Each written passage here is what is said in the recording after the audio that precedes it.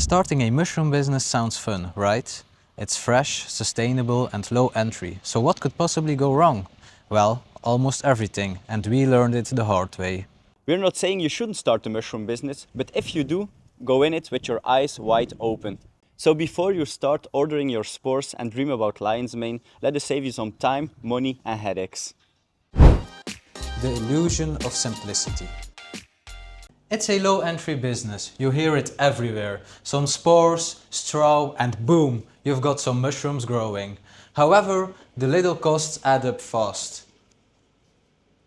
For example, for our farm we pay 800 euros a month and 200 and 100 for water. This means we need to have at least 1100 euros just to get break even.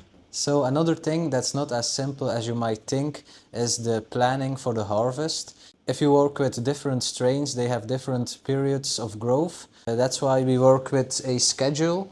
So for example, our lion's mane takes 1 week longer than the oyster mushrooms, so we have to take that into account. And yes, it is easy to buy everything from other businesses, like the grain spawn, the substrates and even the liquid culture. There will be a point where you have to maximize your profit margins, so you have to master the whole process. This includes creating your own mother culture, making liquid culture with it, as you can see right here, and also inoculating the grain with your own made liquid culture. This also means that you have a way higher risk of contamination. The real world struggles. Shipping delays. Everything needs to arrive on time. Bags, parts, substrate. You're at the mercy of suppliers and postal services. Results, mold, bad harvest and a whole lot of stress. Just to give you one personal example. Here we have our last bags. It takes almost 2 months to get them in. So if you don't order them on time, you will be left with only a few bags and then your whole growth cycle gets wrecked. And finally, when your products do come in, sometimes the quality is not what you were looking for. For instance, in our case, we have this digital voltmeter which stops working sometimes. Even when we bought a second one, we still had the same problem, and that means sometimes you have to get real creative. Another real-world struggle is finding a location. Try explaining to a landlord you want to grow some mushrooms in their warehouse. Sometimes they might think about something, let's say, less legal. So don't be surprised when it takes you weeks or maybe even months to find the right fit for you. And what to do with all your waste? If you don't have your own compost pile, that means you have to go to the recycling center. Hopefully for you that's free, but you still have to get there. And I don't know about you guys, but my car doesn't run on friendship. Know your numbers.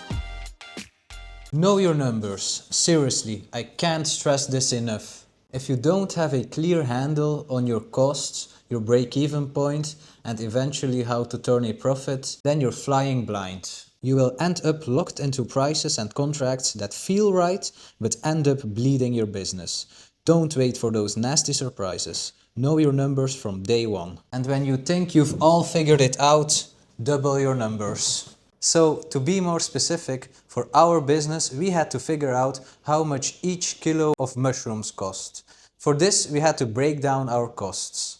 For example, for our hardwood, bran and water together we had to pay 35 cents. This means that the other costs would be the price of the bag and the energy consumption for the grow and incubation tent.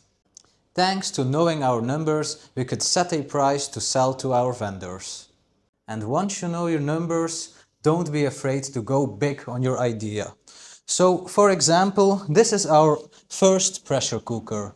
While we started the business, we decided to start with a small one and level up once we make some profits. But in hindsight, this was a big mistake. In order to get those profits, we need to sterilize a lot of bags. This means that we have to use this pressure cooker way more than we would have to use a bigger one. So because we decided to buy a smaller pressure cooker, at the end of the day it costs us more time and more money. While this may seem obvious to some of you, you really need a car for this business. Luckily, we already had a car. This one is second hand, which means that it can get dirty or a little bit damaged sometimes. And also, you really need a big trunk. Think you can bike to your clients? not when you're hauling kilos of delicate mushrooms. At that point, a reliable vehicle becomes a necessity. And if you're really serious about your business, then you should buy at least 2 of everything. This is called redundancy, and this prevents you from losing too much valuable time during the growth process. The people problem. It's not just about growing, it's also about selling. Getting restaurants to trust you, convincing store buyers to stock you, that's a job in itself. And because you're dealing with a new product, like for instance with lion's mane, you often have to first convince the store buyers and then the clients who go there. And because you're dealing with people, you need to be professional. You already need your brand, your logo, packaging, all that before the business even feels real. Otherwise, no one takes you seriously, even if your mushrooms are top notch. The daily grind. It is a daily grind. Some might see it as a part-time job, but you have to be busy with it every day. Little tasks like filling up the humidifier, resetting the timers for the sterilization barrels, also checking the bags for contamination.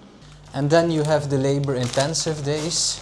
This includes inoculating, for example, 50 bags a week, putting the bags which are ready into the grow room, and also preparing the substrate. While it is a really fun business, you can't underestimate the physical labor that goes into it. The daily grind also includes always thinking ahead. As a business owner, you constantly have to anticipate on future problems.